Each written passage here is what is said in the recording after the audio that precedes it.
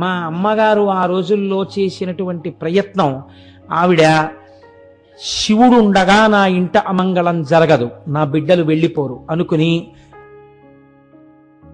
ఈశ్వరానుగ్రహం కాదండి బ్రతుకు. ఈశ్వరుడిచ్చిన బ్రతుకుని ఈశ్వరుడు గురించి 4 మాటలు చెప్పడానికి వినియోగించకపోతే నే కృతజ్ఞుడమైపోతానని ఉపన్యాసాలు చెప్తాను.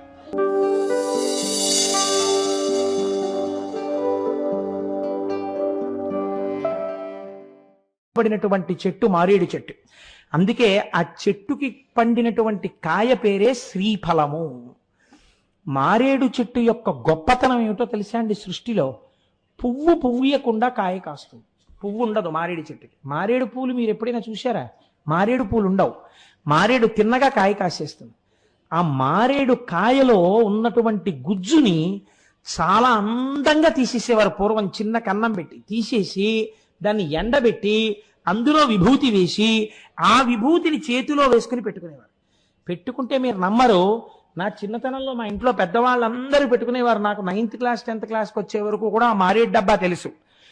సుగంధిం పుష్టివర్ధనం అన్నట్టే ఉంటుంది. నిజంగా మారేడు ఆయుర్వేదమునందు ప్రధానముగా ఉపయోగపడుతుంది. ఈ మారేడు దళముగా ఉంటుంది, 3గా ఉంటుంది. అందుకే త్రిదళం త్రిగుణాకారం అని పిలుస్తాం. త్రియాయుషం త్రిజన్మ పాప సంహారం ఏకబిల్వం శివార్పణం. దళములుగా ఉన్న వాటినే కోసి పూజ చేస్తారు. మీరు చూడండి, దళము 3 ఆకులుగా ఉంటుంది. అరుణాచలంలో అయితే ఆది అన్నామలైలో బహుబిల్వదళం ఉంది. అది 3 కింద 9 కూడా ఉంటాయి. ఈ బిల్వదళాన్ని చేత్తో పట్టుకుని, చిత్రం ఏమిటంటే పుష్పాన్ని పూజ చేసేటప్పుడు ఒక మర్యాద పాటిస్తారు. తొడిమెతో పూజ చెయ్యవద్దు అని శాస్త్రం. తొడిమె లేకుండా పూజ చెయ్యాలి అని. కానీ మారేడు దళాన్ని పూజ చేసేటప్పుడు మీరు ఆ ఉన్నటువంటి కాడ తీసేశారనుకోండి, వెంటనే 3 ఆకులు విడిపోతాయి. అలా విడిపోకూడదు. కాబట్టి ఆ ఉన్నటువంటి ఈయననే పట్టుకుని మీరు శివలింగం మీద వేస్తారు. మనకి ప్రపంచంలో లక్ష్మీ స్థానాలు 5 ఉన్నాయి అని చెప్పారు శాస్త్రంలో. ఒకటి స్త్రీ యొక్క పాపట ప్రారంభ స్థానము. పాపట ఎక్కడ ప్రారంభం అవుతుందో పాపిడి తీయడం అక్కడ. దాన్ని మన వాళ్ళు పాపికొండలు అంటుంటారు. వాటి పేరు పాపికొండలు కాదు, వాటి పేరు పాపట కొండలు. అక్కడ నదీ ప్రవాహాన్ని పాపట విడదీసినట్టుగా కొండలు విడదీసాయి కాబట్టి వాటి పేర్లు పాపట కొండలు. అది కాలానుక్రమంలో ఏమైపోయిందంటే ఏదో పాపికొండలు అని వచ్చింది. వాటి కర్మ పాపికొండలు కావు.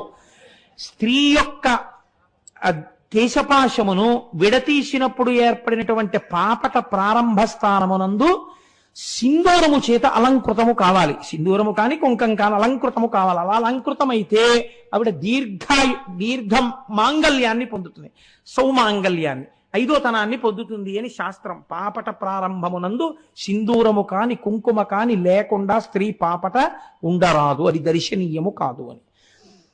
అది ఒక ఐశ్వర్య స్థానం. భర్త ఐశ్వర్యం అక్కడ ఉంటుంది అని పెద్దల నిర్ణయం. 2వది ఆవు యొక్క వెనక తట్టు, ఆవు యొక్క పృష్ఠభాగమునందు లక్ష్మీదేవి ఉంటుంది. 3వది పద్మము. 4వది ఏనుగు యొక్క కుంభస్థలము. 5వది మారేడు దళము. ఈ 5 లక్ష్మీ స్థానాలు గుర్తొస్తాయా అనుకున్నాను మొదలు పెడుతూ. ఈశ్వరానుగ్రహం గుర్తొచ్చాయి. ఇప్పుడో చెప్పినవండి అన్నీ. ఎంతకని నేను పుస్తకాలు వేసుకుని ప్రిపేర్ అవునా? ఈ మారేడు దళాల్లో మారేడు దళానికి ఉన్న గొప్పతనం ఏంటంటే, మీరు ఈయన పట్టుకుని త్రిదళం త్రిగుణాకారం త్రినేత్రం త్రియాయుషం త్రిజన్మ పాప సంహారం ఏకబిల్వం శివార్పణం అని పడేస్తే ఆ బిల్వము యొక్క అడుగు భాగం ఈనెలు కానీ శివలింగానికి తగిలితే ఐశ్వర్యం కటాక్షింపబడుతుంది. అందుకే ఇంట్లో ఐశ్వర్యం తగ్గుతున్నా, ఏవైనా పిల్లలకి ఉద్యోగాలు రాకపోవడం ఇలాంటి ఇబ్బందులుంటే 3 ఆకులున్నటువంటి దళములను పట్టుకుని పూజ చేసేవారు. అందుకే పూర్వం ఎలా ఉండేదో తెలుసా అండి? శివాలయానికి వెళ్ళి శివలింగార్చన చేయడం కాదు. మీరు ఒక నదీ స్నానం చేస్తే ఆ నది ఒడ్డున శివలింగం ఉంటుంది. మీరు అందుకే చూడండి, అందరూ అంతరాలయంలోకి వెళ్ళి పూజ చేయగలుగుతారు, చేయలేకపోతారు. అందుకే మీరు హరిద్వార్ వెడితే మీరు స్నానం చేయగానే శివలింగాలు ఉంటాయి. కాశీ వెడితే స్నానం చేయగానే శివలింగాలు ఉంటాయి. మీరు ఇలా స్నానం చేసి మీరు ఇలా అక్కడే ఉన్న గంగ చెంబులో నీళ్లు తీసుకెళ్లి అలా శివుడి మీద పోసేస్తే చాలు. ఒక్క త్రిదళం త్రిగుణాకారం అంటూ ఇలా వేస్తే చాలు. వెంటనే ఈశ్వరుడు అంటట త్రియాయుషం.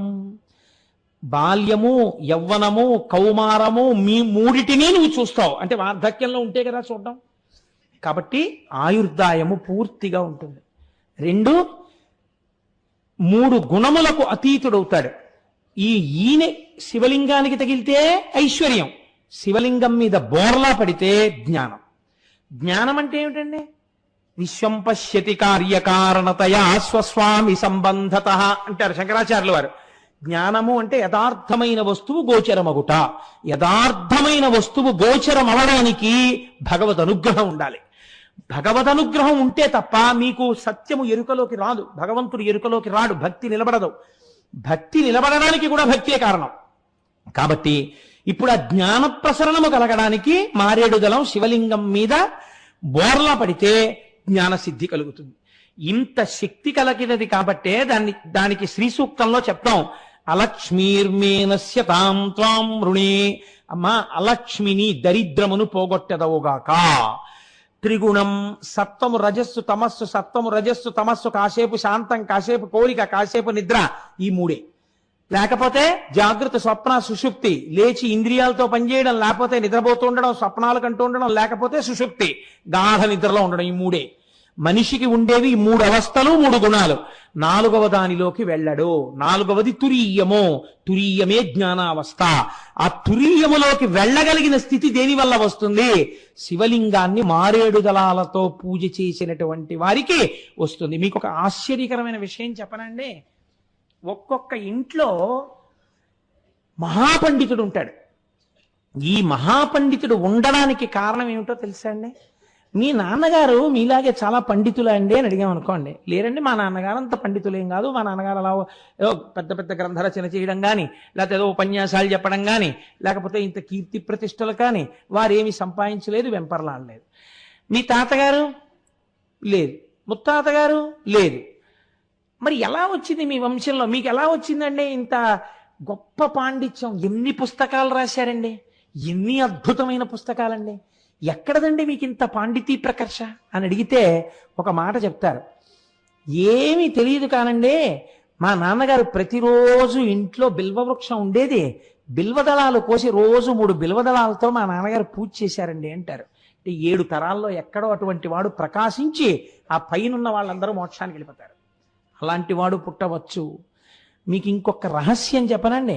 పరాశర సంహితలో హనుమకి సంబంధించింది ఇప్పుడు వేదిక మీద చెప్పను కానీ, ఎప్పుడైనా జీవితంలో తప్పకుండా చెయ్యవలసిన పని ఒకటి ఉంది. ఇంట్లో మారేడు చెట్టు ఉండి మారేడు చెట్టుకి ప్రదక్షిణం చేస్తే 33 కోట్ల దేవతలకి ప్రదక్షిణం చేసేసినట్టే. మారేడు చెట్టు ఇంట్లో ఉంటే ఆ మారేడు చెట్టు కింద కూర్చుని ఎవరైనా జపం చేసినా పూజ చేసినా అపారమైన సిద్ధి కలుగుతుంది. కాదు, మీకు ఇంకొక రహస్యం చెప్పనా? యోగ్యుడైన వ్యక్తి దొరికినప్పుడు ఆ మారేడు చెట్టు కింద చక్కగా శుభ్రం చేసి ఆవు పేడతో అలికి పీట వేసి ఆయన్ని అక్కడ కూర్చోపెట్టి ఒక అరిటాకు వేసి ఆయనకి భోజనం పెడితే, ఆయనకి మీరు పరిశేచనం చెయ్యడానికి ఔపోసన వడ్డిస్తే, అన్నం పెట్టడం అంటే భూతతృప్తి కాదు, ఔపోసన వడ్డించాలి. లేదా ఒక సామాన్యుడికి అన్నం పెట్టిన యోగ్యుడైన వ్యక్తి దొరికితే శాస్త్రం అంది, అలా మారేడు చెట్టు కింద ఎవరైనా భోజనం పెడితే వాళ్ళకి 1,000,000 మందిని తీసుకొచ్చి ఏకకాలమునందు వంట చేసి అన్నం పెట్టినటువంటి ఫలితం మారేడు చెట్టు కింద అన్నం పెడితే ఇస్తామండి. శాస్త్రం అండి లఘువులు నేర్పిందండి. మారేడు చెట్టు అంత గొప్పది. మారేడు మించొస్తున్నటువంటి గాలి చాలు. అసలు ఆ పేరే చూడండి, మారేడు. తెలుగులో రాజు ప్రకృతి, రేడు వికృతి. మా రాజు అంటే పరిపాలకుడు, ఆ చెట్టు పరిపాలకురాలు, మీకు అన్నిటినీ ఇచ్చేయగలడు.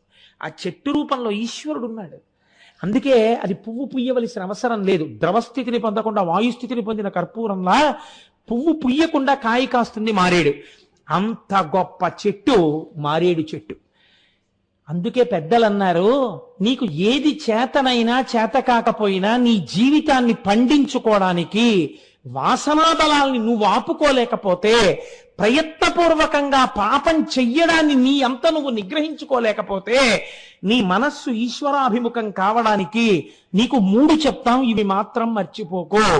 తప్పకుండా భస్మధారణ చెయ్యి. 2, భస్మయందు ఒక ప్రత్యేకత ఉందండి. మాకు చిన్నతనంలో ఆ సభాముఖంగా మళ్ళీ చెప్పడమా వ్యక్తిగత విషయాలు అని అనుమానం వస్తుంది.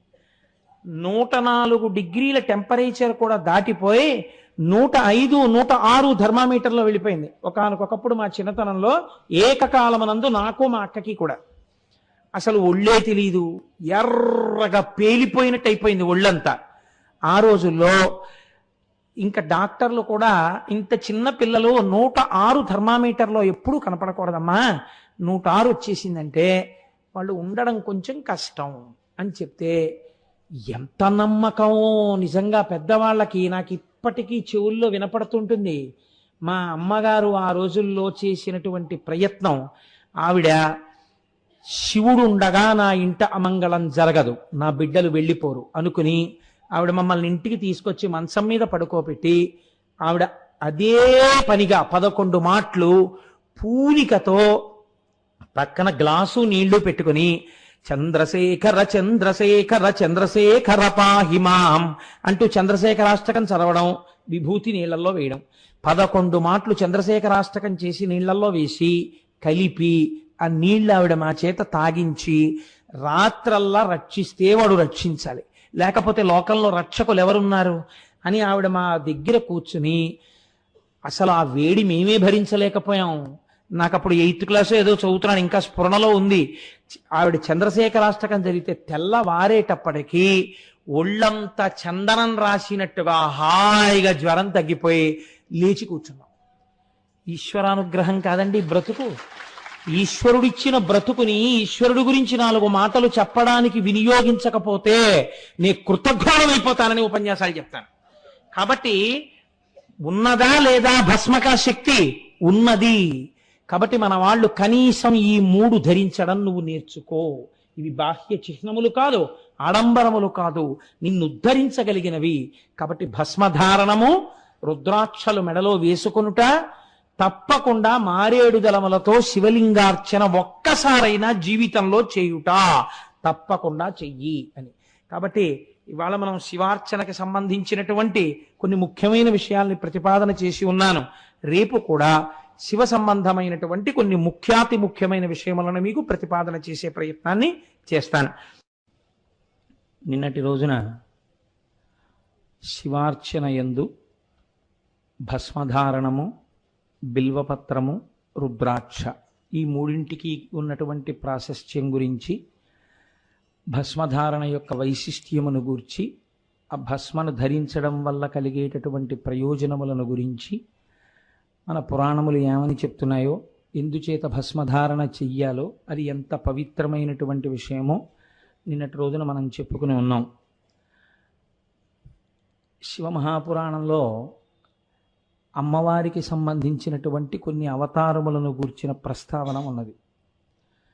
మీరు చూడండి, ఇప్పటికీ మనం వివాహాది క్రతువులను చేసేటప్పుడు, ప్రత్యేకించి వివాహం జరిగేటటువంటి సమయంలో ఆ పెళ్లి కూతురి చేత గౌరీ తపస్సు అని చెప్పి చేయిస్తూ ఉంటాం, లేదా గౌరీ పూజ అని పూజ చేయిస్తూ ఉంటాం.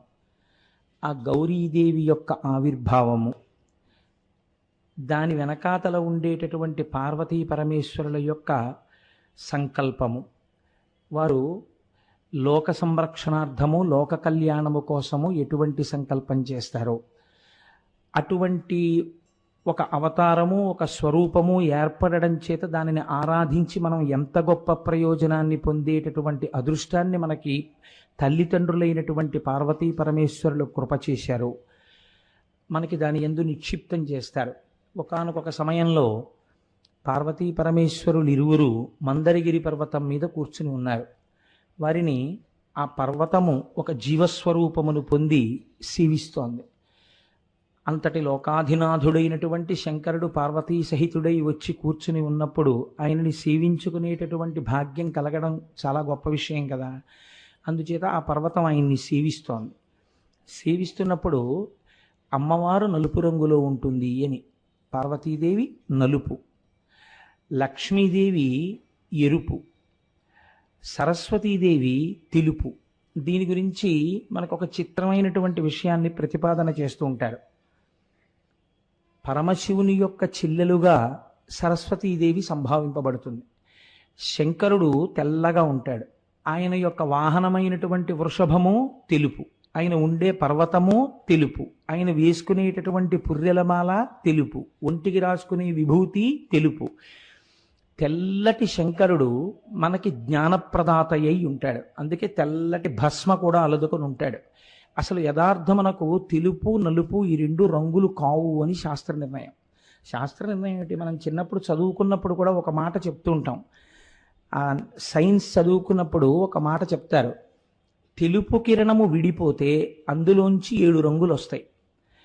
తెలుపు అనేటటువంటిది దేన్ని తాను పుచ్చుకోకుండా ప్రతిఫలించేటటువంటి గుణము ఉంటే దాన్ని తెలుపు అని పిలుస్తాం. అంతక తప్ప దాని యందు ఒక ప్రత్యేకమైనటువంటి రంగుని చెప్పడం కుదరదు. అలాగే నలుపు అంటే దేన్ని ప్రతిఫలించకుండా అన్నీ తనలోకి తీసుకునేటటువంటి గుణమున్న దాన్ని నలుపు అంటారు. The process of absorption is black, the process of reflection is white. Chemistry lecturer గారు ఇక్కడ ఉన్నారు కదా. కాబట్టి ప్రతిఫలిస్తే తెలుపు, అన్నిటినీ లోపలికి పుచ్చుకుంటే నలుపు. తాను లోపలికి తీసుకోవలసినది, తాను ప్రత్యేకంగా పుచ్చుకోవలసినది అన్నది లేకుండా తనలో తాను రమిస్తూ అందులో మొట్టమొదట కిరణములు వెలువడుతున్నప్పుడు మొదటి రంగు ఎరుపు వస్తుంది అంటారు. సృష్టి ఆవిర్భావమునందు కూడా అరుణాం అని అమ్మవారు ఎరుపు రంగుతోటే ప్రారంభం. అందుకని తెలుపు శంకరుడు. సరస్వతీదేవి కూడా సర్వశుక్ల సరస్వతి, సరస్వతీదేవి కూడా తెలుపు. శంకరుడు జ్ఞానప్రదాత. మీకు నేను ఇత పూర్వం ప్రసంగాల్లో స్పృశించి ఉన్నాను. పరమశివుడు కేవలము జ్ఞానమునిస్తాడు, అలాగని ఆయన ఐశ్వర్యం ఇవ్వడని కాదు. నిన్న మారేడు దళం గురించి విన్నప్పుడు మీరు విన్నారు కదా, చాలా గొప్పది ఇచ్చేటటువంటి వాడు ఒక తక్కువ విషయాన్ని ఇవ్వడం పెద్ద విశేషం ఏం కాదు. కాబట్టి శంకరుడు జ్ఞానమిస్తాడు, ఐశ్వర్యమును ఇస్తాడు, ఆయుర్దాయమును ఇస్తాడు, అన్నింటినీ ఇవ్వగలడు. తెల్లటి శంకరుడు, తెల్లటి రంగుతో చెప్పబడినటువంటి శంకరుడు జ్ఞానప్రదాత అయినట్టే తెల్లటి సరస్వతీదేవి శంకరుని యొక్క చెల్లెలుగా చెప్పబడుతుంది.